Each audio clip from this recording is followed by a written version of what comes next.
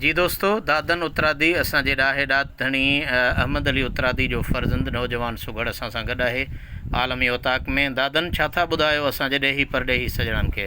सही सिंध जो बेटा बिस्मिल्लाह, कयूं बिस्मिल्लाह। सिंध असांजी जीजल आहे, सिंध न कंहिंखे ॾींदासीं, जेको सिंधो वेरी थींदो सिर उन जो नींदासीं। हौदा। जैसे जीजल असांखे ॾिनी आहे लोली, टोपी अजरक सिंधी ॿोली, ते मूर मज़ाक न सहबी, बम हुजे भली साम्हूं गोली, साह बि पंहिंजो सिंध ते ॾीबो, सिंध अंदरि जीअंदासीं। सिंध असांजी जीजल आहे, सिंध न कंहिंखे ॾींदासीं, जेको सिंधो वेरी थींदो सिर उन जो नींदासीं। वाह। ही सुहिणा सादा सिंधी माण्हू सिंध जा जुंग जवान आहिनि, इन जीजल माल जी झोलीअ में पलिया से पहलवान आहिनि, जे जंग गेरनि सां जोटींदा साथ सभई पोइ ॾींदासीं। सिंध असांजी जीजल आहे, सिंध न कंहिंखे ॾींदासीं, जेको सिंधो वेरी थींदो सिर उन जो नींदासीं। सिंध दोदे दूल्हे दिलेरनि जी आहे, मांजी मर्द मथेरनि जी आहे, होशू हेमू पारनि जी आहे, टोपी अजरक वारनि जी आहे, जे उथी पियाड़े पंग असांजा त कंध गेरनि जा कोरींदासीं। सिंध असांजी जीजल आहे, सिंध न कंहिंखे ॾींदासीं, जेको सिंधो वेरी थींदो सिर उन जो नींदासीं।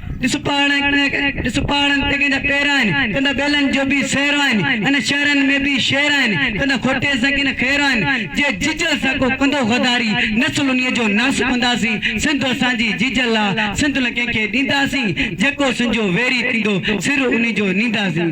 चवे अहमद अली आबाद हुजनि, चल मारो मुंहिंजा साॻी सारा, थराई काछे कचे वारा, उत्तर सिंध ऐं पके वारा, जे सॼो कयो सिंध लाइ चांडिया त पोइ हरगिज़ की न हटंदासीं। सिंध असांजी जीजल आहे, सिंध न कंहिंखे ॾींदासीं, जेको सिंधो वेरी थींदो सिर उन जो नींदासीं।